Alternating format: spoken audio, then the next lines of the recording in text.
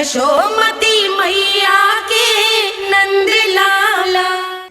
कृष्ण कृष्ण हरे कृष्ण कृष्ण कृष्ण मुरली मनोहर कृष्ण गोपाला गोविंदा हे दामोदरा। भाग्य,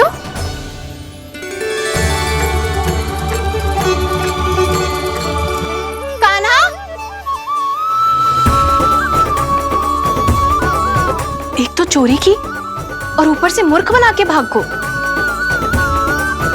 ये ठीक ना है, मुझे यशोदा जीजी को बताना ही होगा, और वो भी इसके घर पहुंचने से पहले।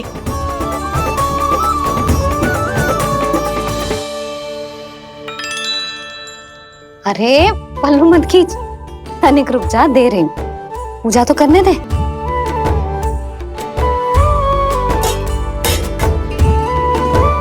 ले, अब जितना मन करे उतना प्रसाद खा।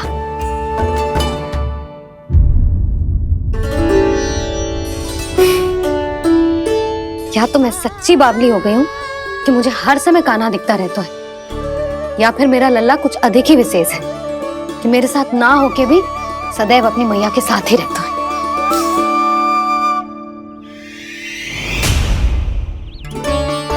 आज तो कैसे प्राण बचे, नारायण ही जानते हैं। मैं तो पाऊ को सिर पर लेके ऐसे सरपट भागो कि पूरे गोकुल में बड़ बोले। इस समय तो बड़ी बड़ी मत हाको, पर असली लाभ तो वानर महाराज ने उठाया है। पूरी की पूरी मटकी अकेले लेके निकल लिए। ये हमारी प्रतीक्षा कर रहा था ताकि हम माखन बांट सके। हमारे साथ ना दाऊ, उनके साथ।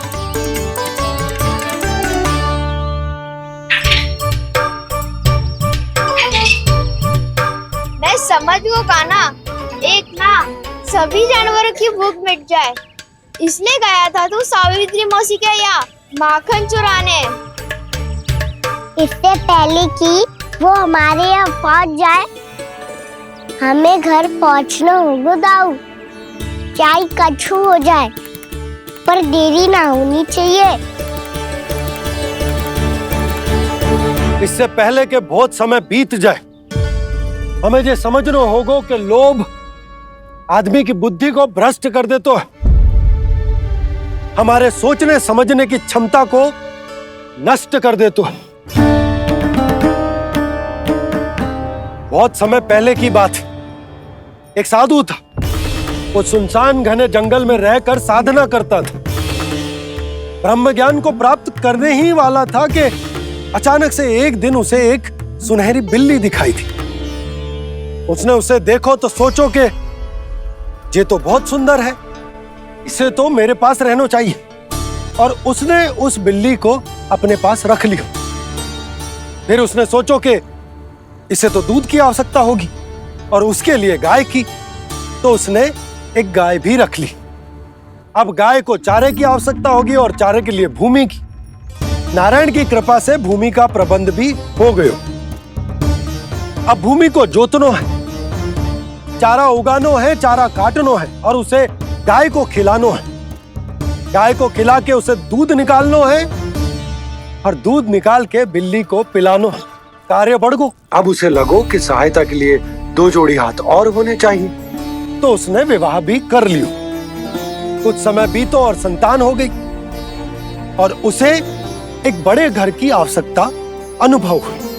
इसी प्रकार धीरे धीरे लोभ ने उसे अपनी छाया में ले लिया, और वो नारायण की साधना कर ब्रह्म ज्ञान को पाने के अपने परम लक्ष्य को भूल गो।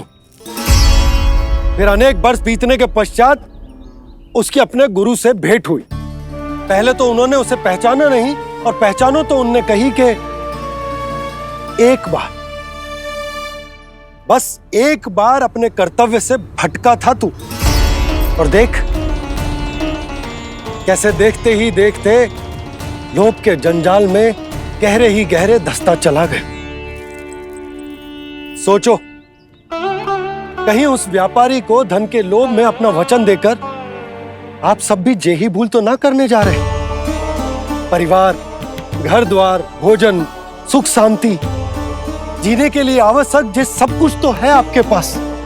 इसीलिए मुझे चिंता हो रही कि जिस प्रकार उस साधु ने ब्रह्म ज्ञान प्राप्ति का अवसर गवा दिया था, आप सब भी इस लोभ में आकर अपना सुख चैन ना गवा दो।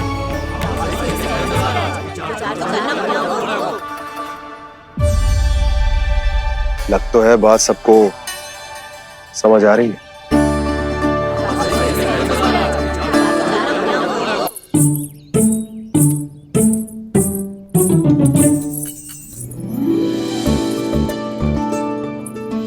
भाभी आसानी से ना मिलने देंगी कान्हा से, पर उसे देखे बिना रहा भी तो ना जा रहे हो मुझसे।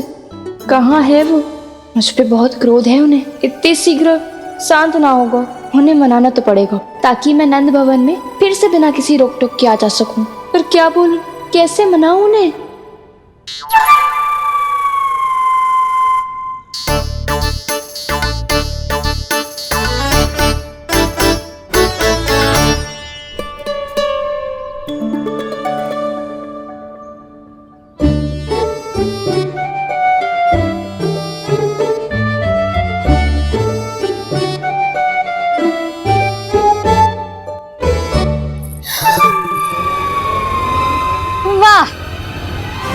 जिसने मेरे लल्ला पर चोरी का आरोप लगायो, वो ही आज मेरे घर में चोरी चोरी प्रवेश कर रही है। नाना भाभी, ऐसी कोई बात ना है, मैं तो बस ये देखने आई थी कि जसोदा भाभी का क्रोध शांत हुआ कि ना? सुन ले जानकी, मेरा क्रोध उसी दिन शांत होगा जिस दिन तू सारी गोपियों के सामने मेरे कान्हा पर लगाया आरोप वापस लेगी।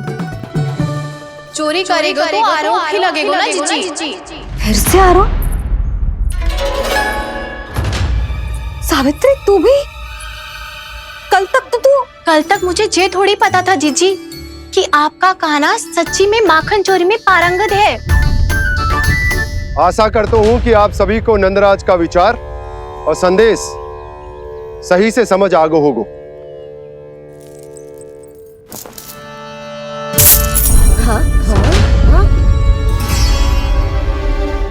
सिक्कों की खनक बता रही है कि पोटली कितनी भारी है।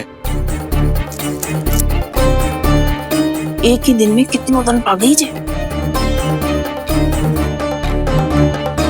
हमें भी इससे अधिक धन अर्जित करना होगा, तभी तो हम अपने उज्जवल का भविष्य उज्जवल कर पाएंगे। पहली बार कछु बुद्धि की बात की है तूने। नंदराज, हमारे मन में आपका बहुत सम्मान है, पर हम जो करना चाह रहे हैं वो लोभ ना है, वो तो विकास है। हाँ नंदराज, हम अपना और अपने संतानों का भला बुरा सोचे बिना कब तक अपना जीवन इस प्रकार जीते रहेंगे? फिर पिछले 4 वर्षों से हमने आपको कर भी तो ना दियो है। मुझे तो लगता है कि नंदराज की बातों पर शांति से सोच विचार के बाद ही कुछ निर्णय लेना चाहिए। ऐसा मौका बार बार ना तो नहीं, हमें सोच विचार कर निर्णय लेना है सबने।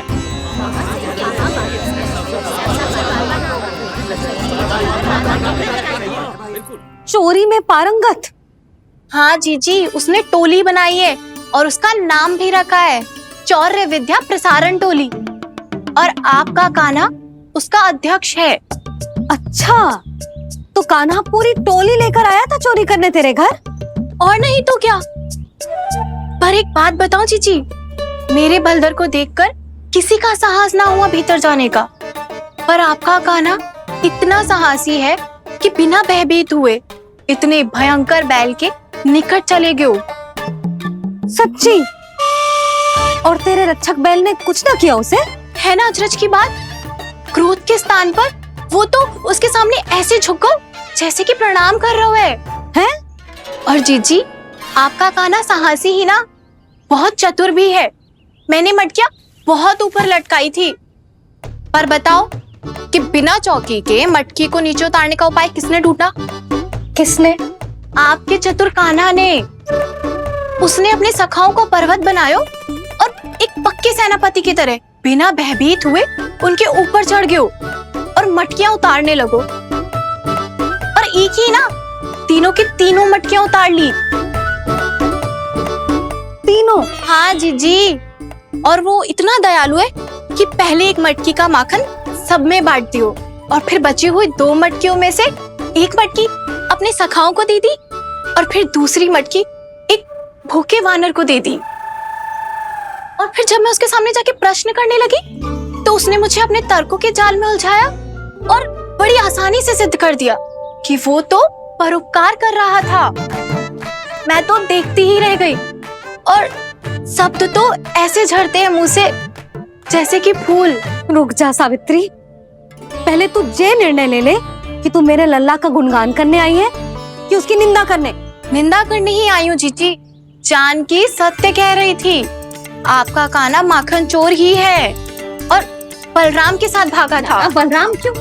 वो तो साक्षात गरुड़ देव की पीठ पे बैठ के उड़ के आयो है, तभी तो तुझसे बहुत पहले आके यहाँ बैठ गओ ना। आ देख ले, आ जा। देखो कैसे बैठ के सब पहरा दे रहे हैं कि कोई पंछी अनाज ना चुगले, और तुम दोनों व्यर्थ में इन सब पर दोष लगा रही हो। कान्हा के निकट जाने का प्रयास भी मत करना। पहले मेरे लल्ला पर आरोप लगाती हो, फिर उससे मिलना भी चाहती हो।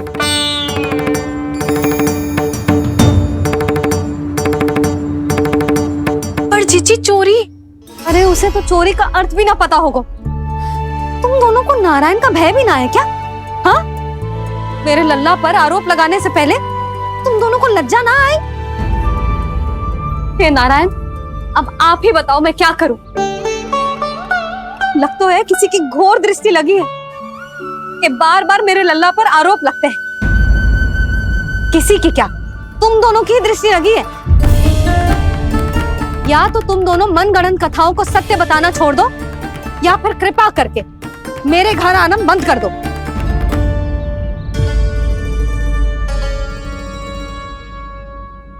अब दोनों मुंह क्या ताक रही हो? हाँ, जाओ यहां से। और तुम दोनों नंद जी की सभा में क्यों ना गई? हाँ,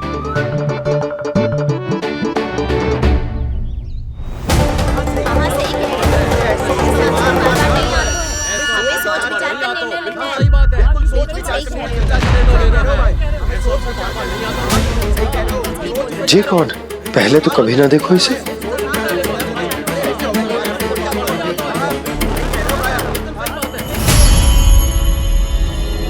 कहाँ को? बस करो।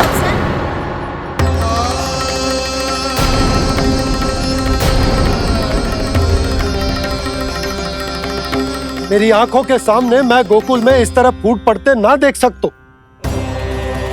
राजा हूं मैं, परंतु आज तक मैंने कोई भी निर्णय आप सब पर ना थोपो और ना ही आज थोपूंगा।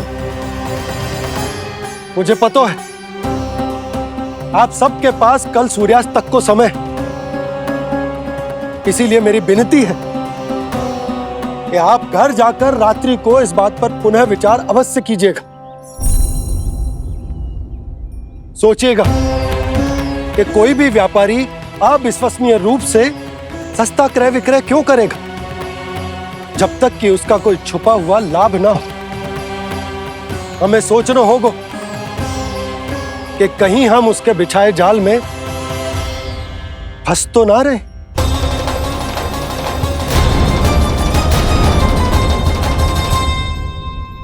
बच गए भैया, जैसे तैसे ही सही, पर समय से पहले पहुंच ही गए हो। सावित्री मौसी कनेक सी बात को इतना बड़ा चढ़ा के बोल रही थी जितना उज्जवल भी ना बोलतो।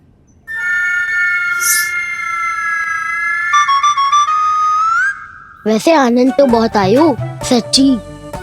हाँ, बेहतर लगा तो माखन भी तो मिला और परोपकार भी होगा। बता कान्हा, और किसके घर जाना है अब? आज ही तो हमें शिक्षा मिली है, इतनी शीघ्र भूल गए तुम सब। लोग के चक्कर में पड़ोगे तो फंसोगे। लोग के चक्कर में पड़ोगे तो फंसोगे।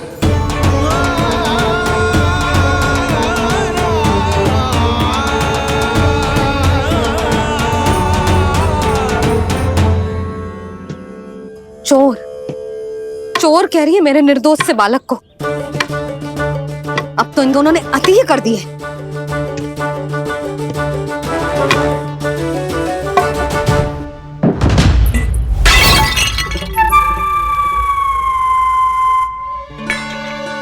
से भी अभी फूटना था।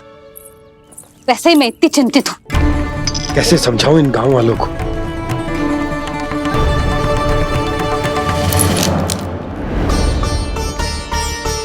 कोई समझने को तैयार ही ना है। लगता है सबकी बुद्धि भ्रष्ट हो गई है। सही कह रही हो यशोदा तुम। मुझे तो लगता है कि सोचना समझना ही छोड़ दिया सबने। अनेकों तर्क देके समझा दियो, सिद्ध कर दियो, पर इनकी मोटी बुद्धि में कछु आता ही ना है। यशोदा तुम तो तर्क की कह रही हो, मैंने तो उदाहरण देकर समझाने को प्रयास किया, पर अपनी बुद्धि के आगे कछु ना समझ में आ रहा इन गांव वालों को। क्या सारे के सारे गांव वाले मेरे लल्ला पर आरोप लगा रहे हैं? जी क्या कह रही हो तुम? मैं तो गांव वालों की बात कर रहा हूं जो नारायण के नाम पर वचन देकर उस अपरिचित व्यापारी को अपने दूध, दही, घी, माखन सब देने को तैयार है। लो कर लो बात। मैं गोपियों की बात कर रही हूँ जो लल्ला पर माखन चोरी का आरोप लगा रही हूँ। और आज तो सावित्री ने भी लल्ला को माखन चोर कह के पुकारो है।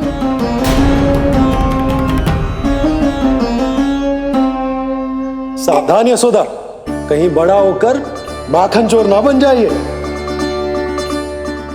अच्छा, ये सब आप छोड़ो। स्त्रियों की बात है, मैं संभाल लूंगी। आप ये बताओ सभा में क्या हुआ? गोकुल में फूट पड़ गई यशोदा, लोभ की फूट।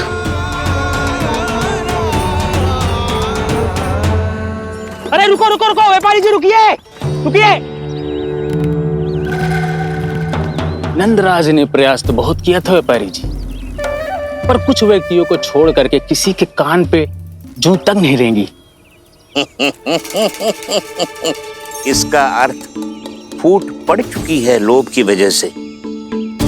बहुत ही शुभ समाचार लाए हो गुप्तचर। अब शीघ्र ही दिखेगा लोभ का चमत्कार।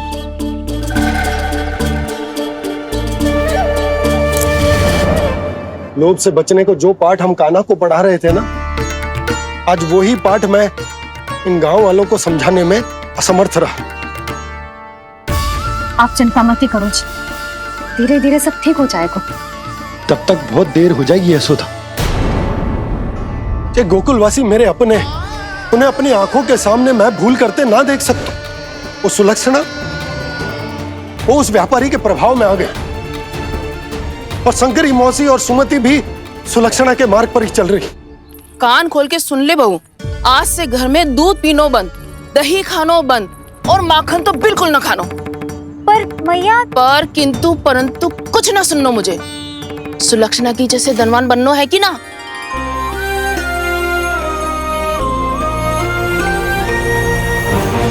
तो फिर जैसा मैं कहती हूँ वैसा कर, तभी तो अधिक से अधिक दूध, दही, माखन बेचकर अधिक से अधिक धन अर्जित कर पाएंगे हम। सुलक्षणा को उस व्यापारी की तरह धनवान बनना है और शंकरी मौसी को सुलक्षणा की तरह। ऐसे तो पूरा गांव ही लोभ में पड़कर कल उस व्यापारी के पास पहुंच जाएगा। अब तो फिर स्त्रियों को मुझे अपने ढंग से समझाना पड़ेगा। अब गोकुल वासियों को चाहे कोई भी कितना भी समझा ले, बुझा ले, ज्ञान बांटे, उन्हें केवल एक ही भाषा समझ में आएगी, लोभ की भाषा। लगता है आपके पास बहुत उत्तम योजना है व्यापारी जी। सब झटक लूंगा।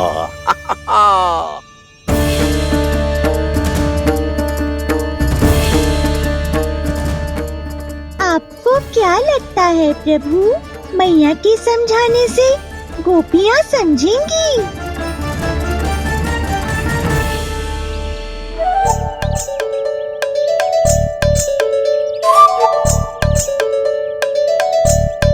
कान्हा, और कितनी प्रतीक्षा करवाएगो? अब बता भी दे, माखन चुराने किसके घर जाना है? इतना आसान ना, है निर्णय करना। समय लगतो है, सोच विचार करना पड़तो है। पर ये निर्णय किया कैसे जाए पता है मुझे।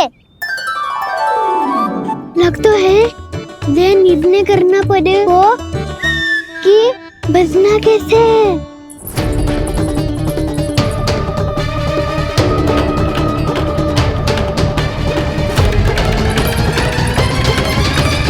सावित्री मौसी ने हमारे चौधरी विद्या प्रसारण के बारे में सबको बता दियो क्या?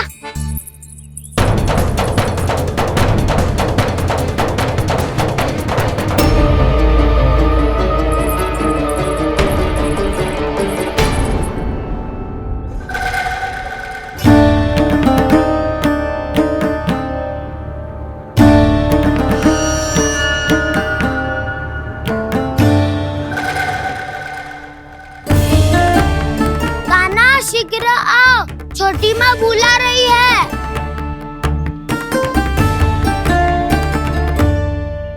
अब डांट भी पड़ेगी और कुटाई भी होगी। चौधरी विद्या प्रसारण कल ही आरंभ हुआ था और आज ही समाप्त हो जाएगा। सब इतने गंभीर क्यों है आज? गंभीर तो होंगे ही ना दाऊ, क्योंकि मैया आज अच्छा वाला पाठ पढ़ाने वाली है।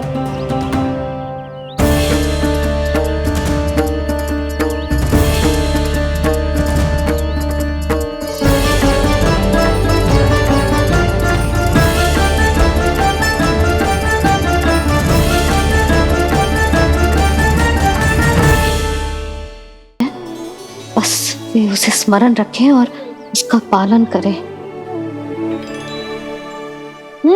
ले और ले ले ले।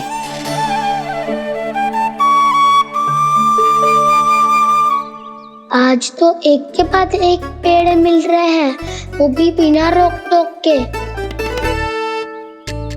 मैया 2 के बाद तीसरी मिठाई बड़ी कठिनाई से खाने देती है, पर आज सादा लाड पेड़ों के माध्यम से जिता रही है। कछु तो रहस्य है। प्रभु, क्या आप भी वही सोच रहे हैं जो मैं सोच रही हूँ? कोई परीक्षा तो नहीं ले रही है ये? किस सोच में पड़ गए तुम दोनों?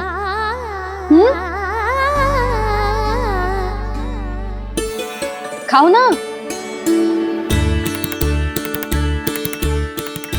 जब तक पेट और मन दोनों ना भर जाए तब तक खाओ। बस यशोदा, इतना पर्याप्त है। अरे ना जिज्जी, घर के शुद्ध मावा और गुड़ के बने, कितना भी खा ले कोई हानि ना होगी। लो और लो।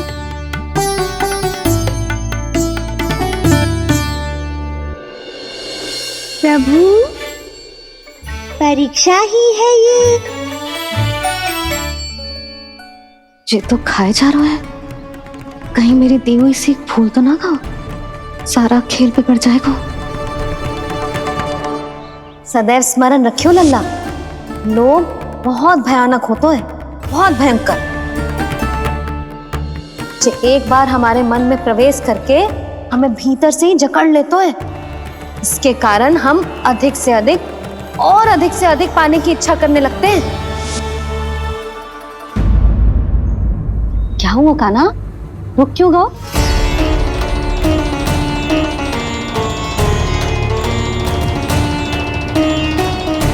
आपने तो सिखाया था मैया, जितनी आवश्यकता हो उतना ही लेना चाहिए, लोभ कभी ना करना चाहिए। बहुत बुरा राक्षस है लोभ।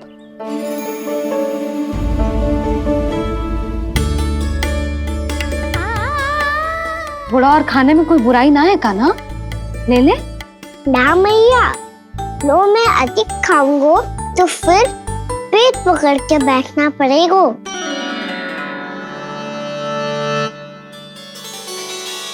हाँ, मेरा भी पेट भर गया। कान्हा सही कह रहा है छोटी माँ, लोग बहुत भयानक राक्षस है। जो भी लोग के चक्कर में पड़ेगो वो बहुत बुरा फंसेगो। अच्छा जाओ, जाके खेलो तुम दोनों। मैया, ये पेड़ अपने सखाओं के लिए भी ले जाऊं मैं? हाँ लल्ला, ले जाओ अवश्य।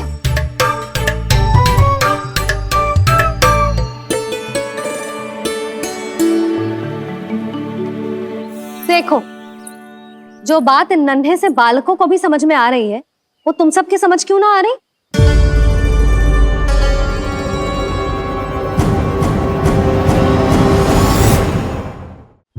क्या समझाना चाहती हो जशोदा जी? तनिक खुल के बोलो। जब बसंता खाने के बाद भी हलवा खाने का हट करतो है, तो उसे मना क्यों करती है? इसीलिए ना, ताकि स्वाद के लोभ में उसका स्वास्थ्य ना बिगड़ जाए।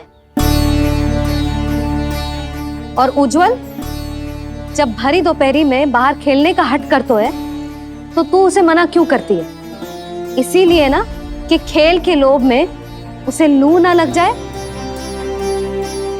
हाँ, और पुराण पढ़ना तो अच्छी बात है ना। तो श्रीदामा जब रात में दीप के प्रकाश में पुराण की कथाएं पढ़ना चाहते है, तो क्यों मना करती है? उसे बता। ताकि कथाओं के लोभ में उसकी दृष्टि खराब ना हो जाए जीजी। तो इसका अर्थ तो यही है ना, कि लोभ चाहे पेड़ों का हो, चाहे पुराण की कथाओं का हो, या फिर अधिक धन अर्जित करने का हो, लोभ सदैव हानिकारक ही होता है।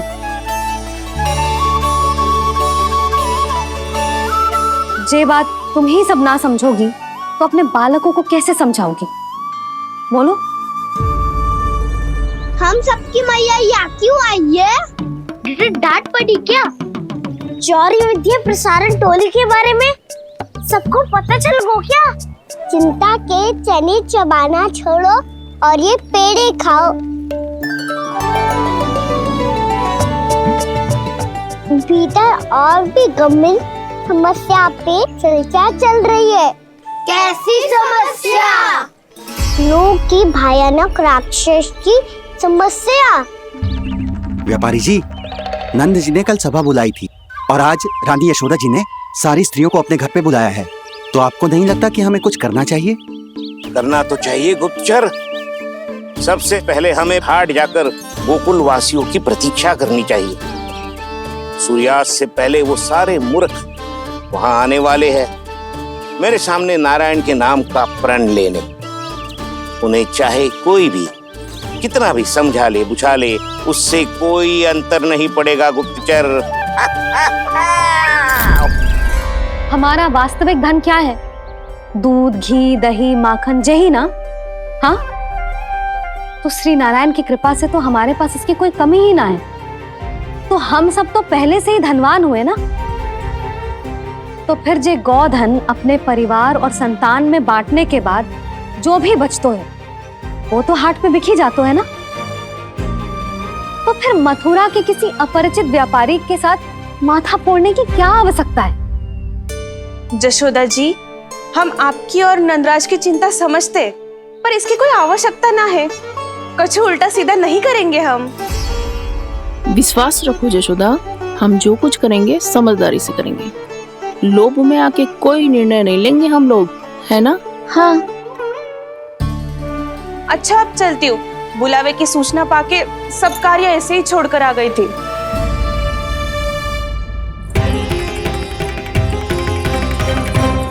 अब किसको घेर लियो? लोभ के भयानक राक्षस ने। ये तो तभी पता चलेगा जब वो सब बाहर आएंगी। तब तो सबको बहुत ध्यान से देखना पड़ेगा।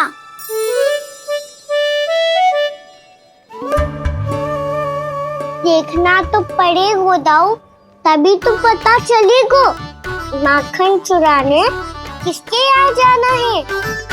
नाना,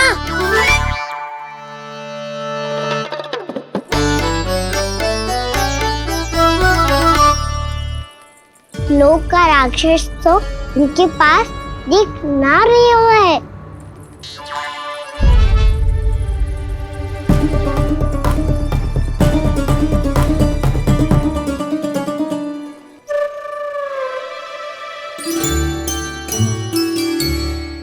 नारायण का बहुत बहुत धन्यवाद।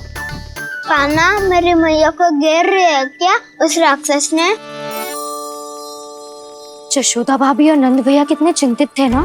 पक्का कछु न कछु कारण तो अवश्य होगा। हाँ, मुझे भी सच लग रहा है कि धनवान बनने के चक्कर में मैं तनिक ज्यादा ही लोभ में पड़ गई थी। नहीं, बस गए। और मेरी मैया दादी, उनका क्या गाना? बहू, सुलक्षणा की जैसे ढेर सारा धन कमाने के चक्कर में लोभ में तो ना आ रहे ना हम।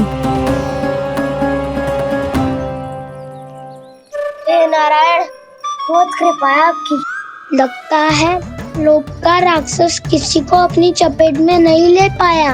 लेता भी कैसे दाऊ? मेरी मैया ने जो समझायो है। क्या लगता है यशोदा, इन्हें समझ आया होगा? आशा तो यही है, और अब भी ना समझी तो फिर तो नारायण भी ना समझा सकते। सुनो, दोपहरी में हम सब मिलेंगे। दोपहरी में? तो क्या तू तब निश्चित करेगो कि आज किसके यहाँ जाना है माखन? आज कोई माखन चोरी नहीं होगी। क्षमा करना राव, भैया के का समझाने के बाद भी जिसके समझ में कछु ना आई हुई थी उसके घर चोरी तो करनी पड़ेगी आज।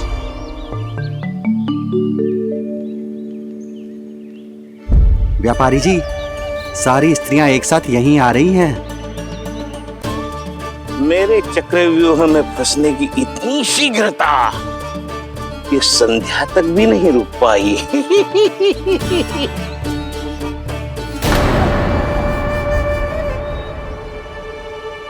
पर ये आपके तरफ ध्यान क्यों नहीं दे रही हैं? लगता है गोकुल की रानी ने इनको पाठ पढ़ा ही दिया। अब आपको ही कुछ करना होगा व्यापारी जी। करूंगा, अपनी चाल सबसे अंत में चलूंगा, किंतु अभी उनके लिए एक घोषणा ही पर्याप्त होगी। तुमने सबको सूचित तो कर दिया है ना कि सबको अग्रिम धनराशि मिलेगी, वो भी दूध, दही, माखन, घी बेचने के बाद नहीं, वो पहले ही मिला करेगी। वो भी केवल एक दिन की नहीं, पूरे सप्ताह की। मैं बिल्कुल सही कह रही थी। यशोदा जी और नंदराज व्यर्थ ही चिंता कर रहे थे। यदि इन व्यापारी जी के मन में कोई मैल होता तुझे अग्रिम धनराशि थोड़ी ना देते। बात तो तुम सही कह रही हो सुलक्षणा।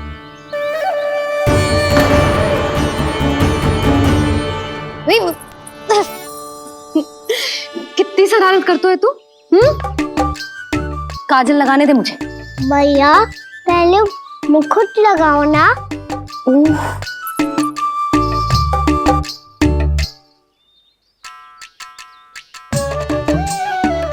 और मेरी मुंडी? हाँ हाँ, रुक जा।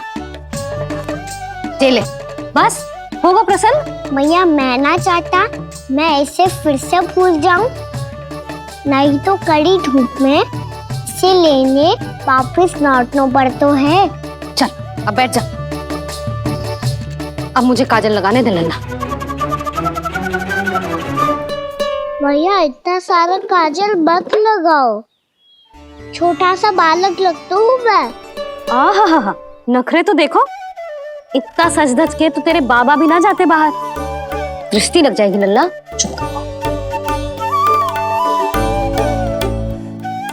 उनको तो आ सकता ही ना है मैया, वो तो गोकुल के राजा है।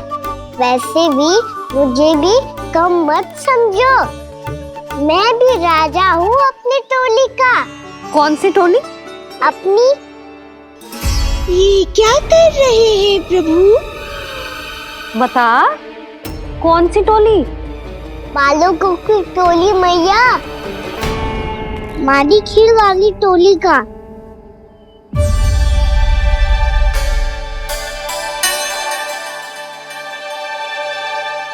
क्या हुआ जी?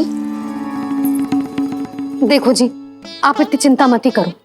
आप गोकुल के राजा हो और जे बालकों की टोली का राजा है, तो मैं भी जसोदा हूँ, मैं कोई कम थोड़े ना हूँ। मैं भी गोकुल की स्त्रियों की रानी हूँ। मैंने सबको समझाओ है, सब समझ गई हैं। उपनंद भैया से बात करके आ रहा हूँ अभी। पता चलो है कि उस व्यापारी ने अग्रिम राशि का लोभ दिया है सबको। मुझे ना लगता तुम्हारे समझाने का कोई लाभ हो। अभी तो ये सब समझ के गई, बोल के भी गई कि अब उस व्यापारी के फेर में ना फंसेंगी। इतनी शीघ्र पलट गई। इन सब में अपनी बुद्धि ना है क्या? जब कोई विकार मन में बस जाता है ना यशोदा, तो सूझबूझ सब समाप्त हो जाती है। तो मुझे ही कच्चू करना पड़ेगा। मैया मैं जाऊं? हाँ तू जा।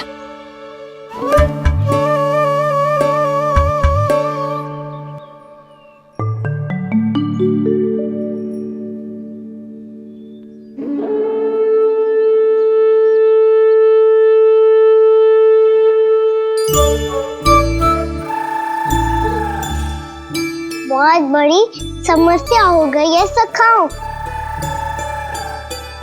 कैसी समस्या? लोभ का भयानक राक्षस कहीं ना गयो, वो अभी भी यही है। मुझे पता था। और इसका सबसे अधिक प्रभाव तो मेरी मैया और दादी पर ही हुआ है। तुम सच कह रहे हो उज्जवल? हाँ। अरे कछु ना बलदाऊ, जे बड़ बोला तो ऐसे ही बात करते रहेगा बड़ा चढ़ा के।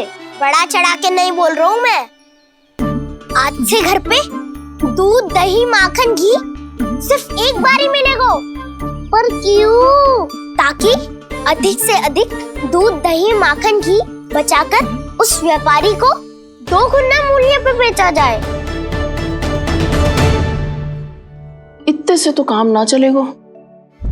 उस सुलक्षणा से, और मैं तो कहूँ सुलक्षणा से ही क्यों, पूरे गोकुल में सबसे अधिक धनवान बनना है तो और माखन जमा करना पड़ेगा। हाँ हाँ मैया, लाओ मैं इसे ऊपर रख देती हूँ। चोरी चुपके से खा तो ना जाएगी ना? तेरी घबराहट बता रही है कि घर से निकलने से पहले तूने थोड़ो माखन तो खाया है। सच्ची बोल। ना ना मैया, मैं क्यों माखन खाऊंगी? मैं भी तेरी मैया हूँ लाली, माप के रखो तो मैंने।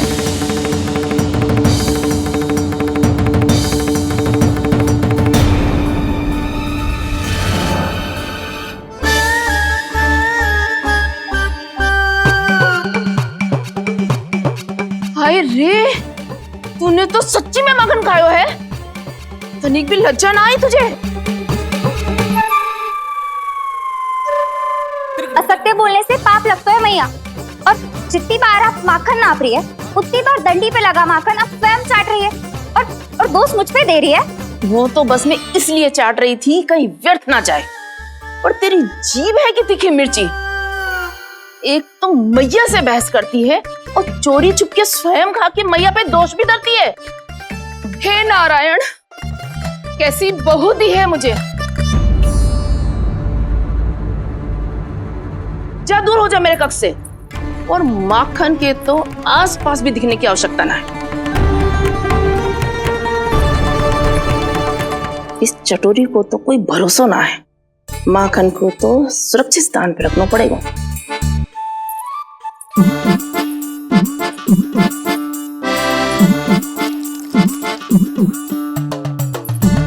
यदि बहू ने अब मटकी उतारने को प्रयास किया तो अचानक पानी गिर जाएगा और घबरा के वो चिल्लाएगी और मुझे पता पड़ जाएगा।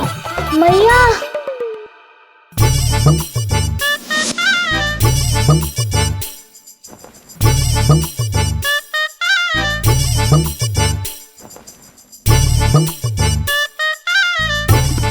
ये माखन तो मैं किसी को छूने भी ना दूंगी, तभी तो बनूंगी धनवान, बहुत धनवान। मैया माखन बेचने कहीं अकेली ना निकल जाए। ये तो पता भी ना चलने देगी कि कितना धन मिलो है। इन्हें अकेली धनवान ना बनने दूंगी मैं भी बनूंगी धनवान, बहुत धनवान। पहले तो जब चाहे तब भरपूर माखन खा सकता था, पर अब दोनों तो ऐसे संभाल के रखती हैं कि जैसे माखन की मटकी ना स्वप्न का कलश हो। मेरे यहाँ भी ऐसा ही हो रहा है। नारायण का बहुत बहुत धन्यवाद। नंजी और जशोदा जी की बातों में आने से पहले ही सत्य का पता चल गया।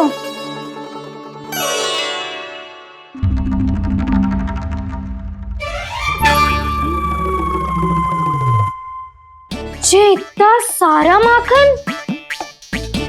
दृष्टि मत लगा, पेट पे पट्टी बांध के रात रात भर भूखा रह के बड़ी कठिनाई से माखन इकट्ठा किया है जे। तो क्या आपने निर्णय ले लियो है कि आप उस व्यापारी को वचन दे दोगी?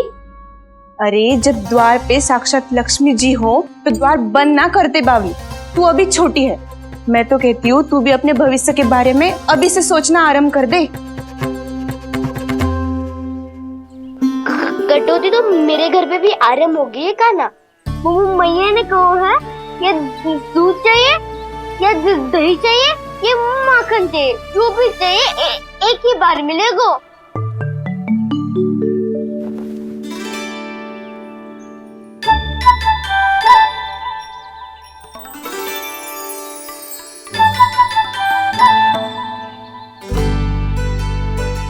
तब हमारी टोली को ही कुछ करना पड़ेगा।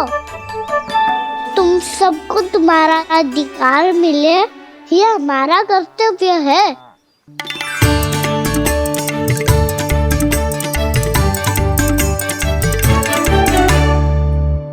अब हम कछु ना कर सकते यशोदा।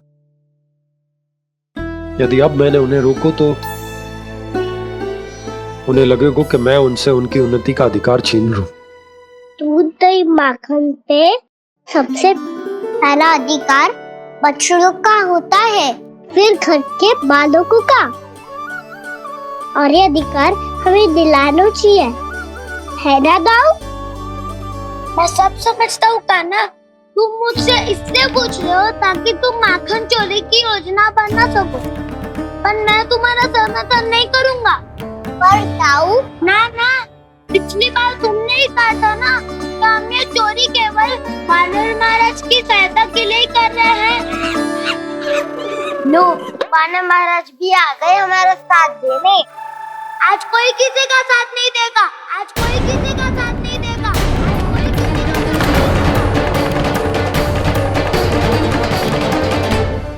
ठीक है, मैं तुम सबके साथ हूँ।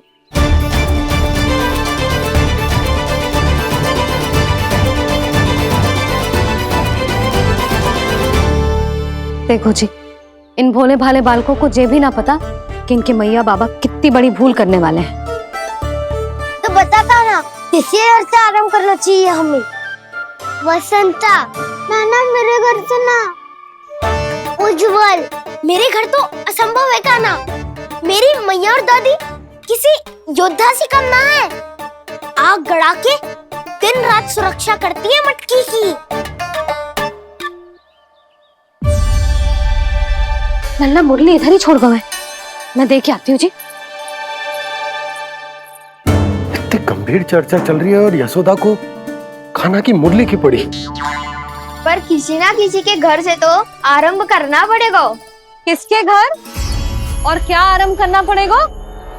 हाँ,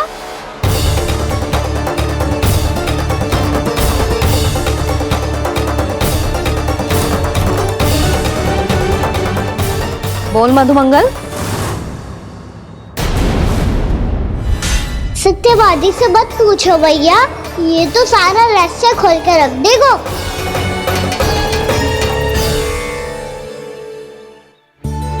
भैया ये देखो कंठ, मनन बुरा जाने कहाँ से ले आया इसे। अच्छा, तो तुम सब घर घर जाके जे पता लगाना चाह रहे थे कि जे किसका है ना?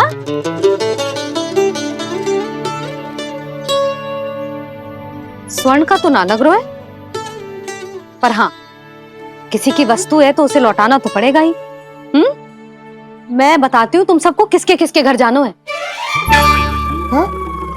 यहाँ से निकलते ही पहला घर आएगा सरजू का, फिर आएगा बिरजू का घर, फिर दीक्षा, फिर राम प्यारी, और फिर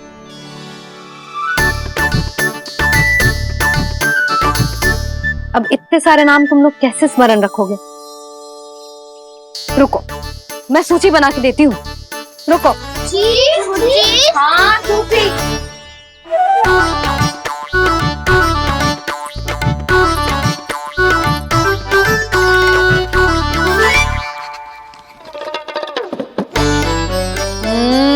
व्यवधान मत ही डालो, किसी का नाम भूल गई तो? जाने अनजाने ताई जी भी शौर्य विद्या प्रसारण टोली की सदस्य बन गई है आज।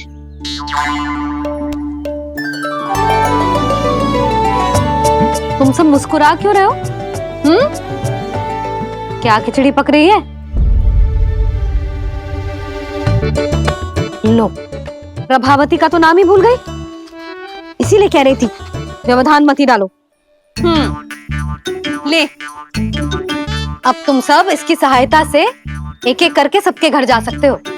आप बहुत अच्छी हो मैया। चलो चले।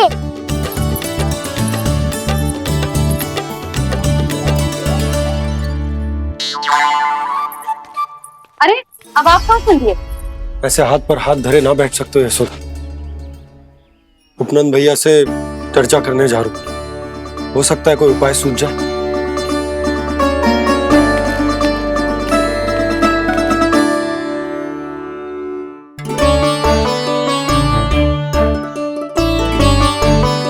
खाना बताना, सबसे पहले किसका घर लिखो है?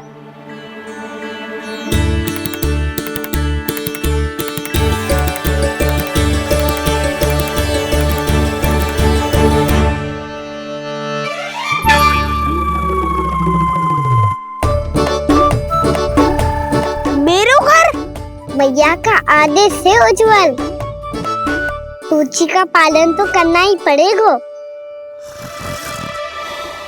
शीघ्र ही सुलक्षणा की तरह बहुत सारे आभूषण पहनकर घूमूंगी मैं भी।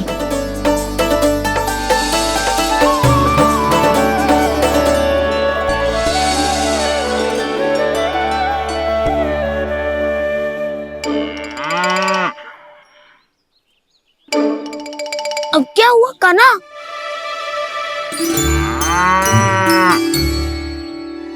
जिनकी आवश्यकता हमसे अधिक है, उन्हें अपना अधिकार भी हमसे पहले मिलना चाहिए।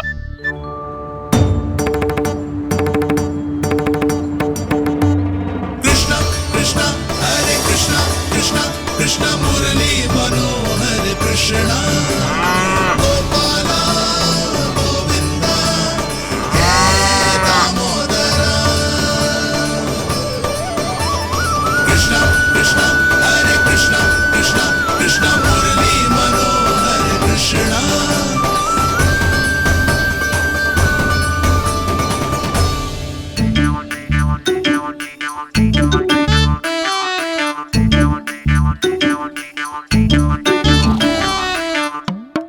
अब क्या करे? मम्मी कही थी ना, दो पैरी है, चोरी करना असंभव है। किसी को छूने भी ना दूंगी मैं माखन।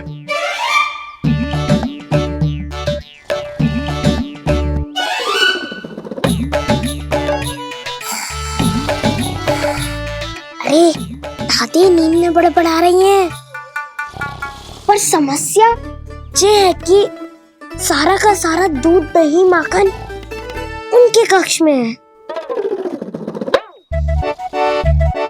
तो फिर सबसे पहले हमें कक्ष में प्रवेश का मार्ग खोजना चाहिए। मैं वही उपाय अपनाऊंगा जो मैं मैया के साथ अपना तो हूँ।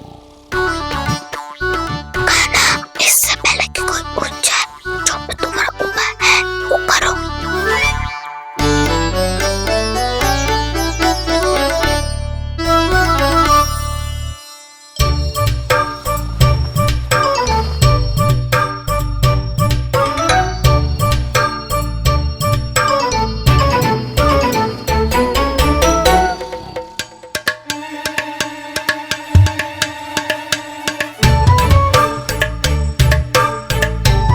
इससे क्या होगा?